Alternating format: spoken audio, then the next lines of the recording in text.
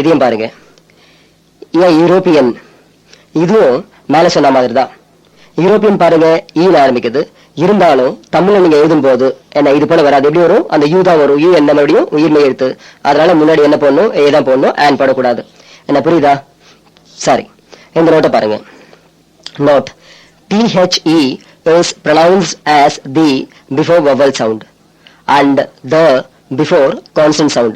அதாவது vowel soundக்கு முன்னால TH இருந்தா தீனு உச்சரிக்கணும், அதே consonant soundக்கு முன்னால TH இருந்தா தன்னு உச்சரிக்கணும். சரி, அடுத்த புக்க பாருங்க. When to use a or an and the. a அல்லது an இத எப்ப யூஸ் பண்றது அப்படின்றத பார்க்க போறோம். a or an is used when a noun is introduced for the first time. அதாவது a அல்லது an எப்ப யூஸ் பண்ணணும்னா, ஒரு பெயர்ச்சொல்ல முதல்ல வாக்கியத்தில் அறிமுகப்படுத்தும் போது அதுக்கு முன்னால a யூஸ் பண்ணணும். இதான் விஷயம். a அல்லது an இடத்துக்கு ஏத்த மாதிரி. அதை அடுத்து பாருங்க. the is used when a noun is used for the second and subsequent times. இந்த பாயிண்ட் என்னன்னா, ஒரு பெயர்ச்சொல் ஒரு வாக்கியத்துல ரெண்டாவது அல்லது மூணாவது முறையா வரும்பொழுது அந்த பெயர்ச்சொலுக்கு முன்னால த போடணும். மொத்தமா என்னன்னா, ஒரு பெயர்ச்சொல் சென்டென்ஸ்ல முதல் முறையா வந்தா அந்த பெயர்ச்சொலுக்கு முன்னால ஏ அல்லது ஆன் யூஸ் பண்ணலாம். அதே பெயர்ச்சொல் சென்டென்ஸ்ல ரெண்டாவது அல்லது மூணாவது முறையா வந்தா அந்த பெயர்ச்சொலுக்கு முன்னால TH போடணும், அதாவது த போடணும். இதான் விஷயம். எக்ஸாம்பிள் பாருங்க. We saw a movie. My father saw the movie already. நாங்க ஒரு படம் பார்த்தோம், எங்க அப்பா அந்த படத்தை ஏற்கனவே பார்த்துட்டாரு. பாருங்க, தமிழ்லயே ஒரு பெயர்ச்சொல்ல வாக்கியத்துல முதல் முறையா அறிமுகப்படுத்தும் பொழுது ஒருன்ற வார்த்தையை யூஸ் பண்றோம். அதே பெயர்ச்சொல் ரெண்டாவது அல்லது மூணாவது முறையா வரும்பொழுது அந்தன்ற வார்த்தையை யூஸ் பண்றோம் இல்லையா? இதையே இப்படி சொல்லி பாருங்க. நாங்க அந்த படத்தை பார்த்தோம், எங்க அப்பா ஒரு படத்தை ஏற்கனவே பார்த்துட்டாரு. இது மீனிங்ஃபுல்லா இருக்கா? இல்ல இல்லையா? சோ இது போல பேச முடியாது. இப்போ அடுத்த எக்ஸாம்பிள் பாருங்க, புரியும். I consulted a doctor yesterday. The doctor charged ₹100 without injection.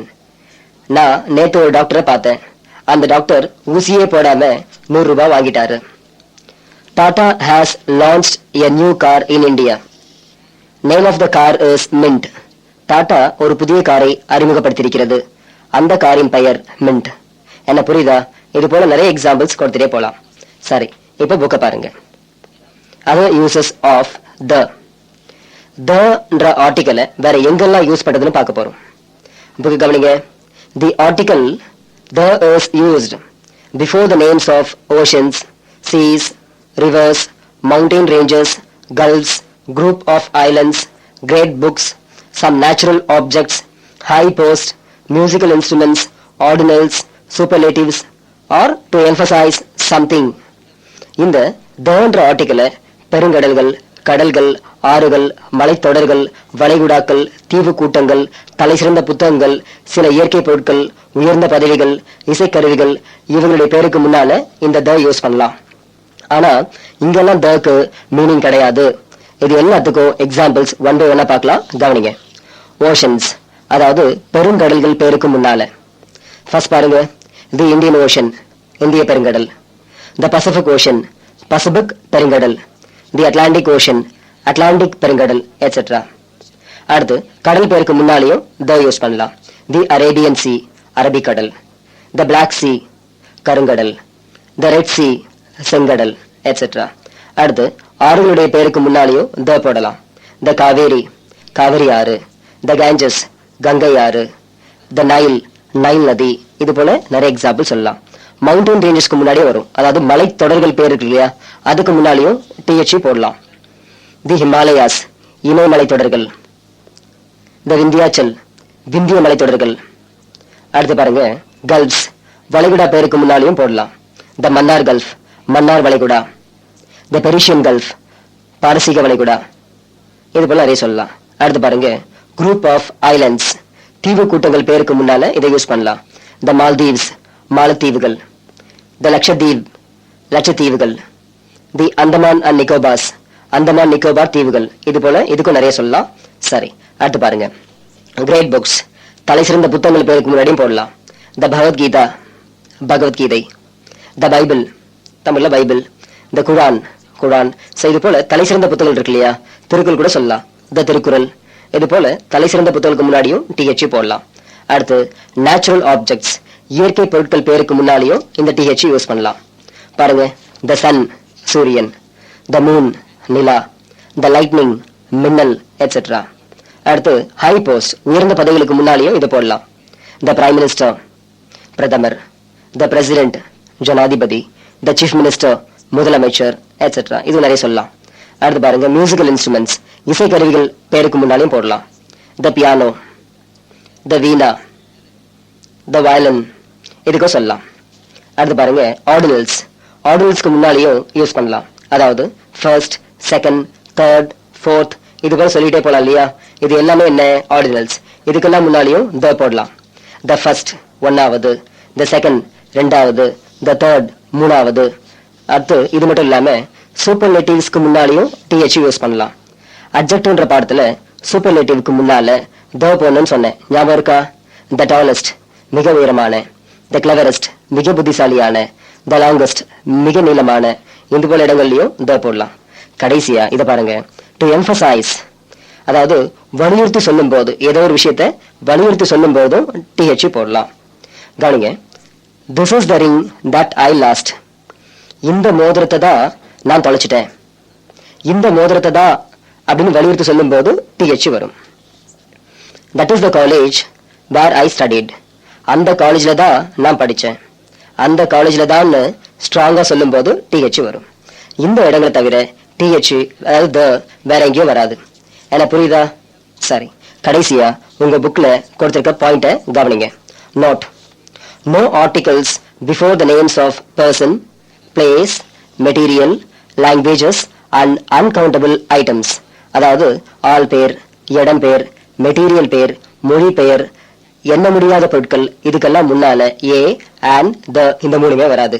அதாவது ஒரு நேதாஜி, ஒரு சென்னை, ஒரு ரப்பர், ஒரு பிளாஸ்டிக், ஒரு பித்தளை, ஒரு இரும்பு, ஒரு ஆங்கிலம், ஒரு தமிழ், ஒரு காற்று, ஒரு தண்ணி, இப்படிலாம் தமிழ்லயும் பேச முடியாது, இங்கிலீஷ்லயும் பேச முடியாது, எந்த லாங்குவேஜ்லயும் பேச முடியாது.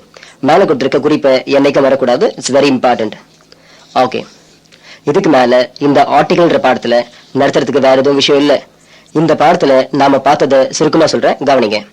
ஆன் பவல் சவுண்டுக்கு முன்னால, ஏ கான்ஸ்டன்ட் சவுண்டுக்கு முன்னால, TH பவல் சவுண்டுக்கு முன்னால வந்தா தீனு உச்சரிக்கணும், அதே TH கான்ஸ்டன்ட் சவுண்டுக்கு முன்னால வந்தா தன்னு உச்சரிக்கணும். வாக்கியத்துல முதல்ல வர நவுனுக்கு முன்னால ஏ அல்லது ஆன் யூஸ் பண்ணலாம். அதே நவுன் ரெண்டாவதா அல்லது அதுக்கு மேல வந்தா முன்னால த போடணும். அவ்வளவுதான். என்ன புரியுதா? ரைட். இதோட இந்த பாடத்தை முடிக்கிறேன். இப்போ சைலண்ட் லெட்டர்ஸ் பத்தி ஒரு முக்கியமான விஷயம் சொல்ல போறேன், கவனிங்க.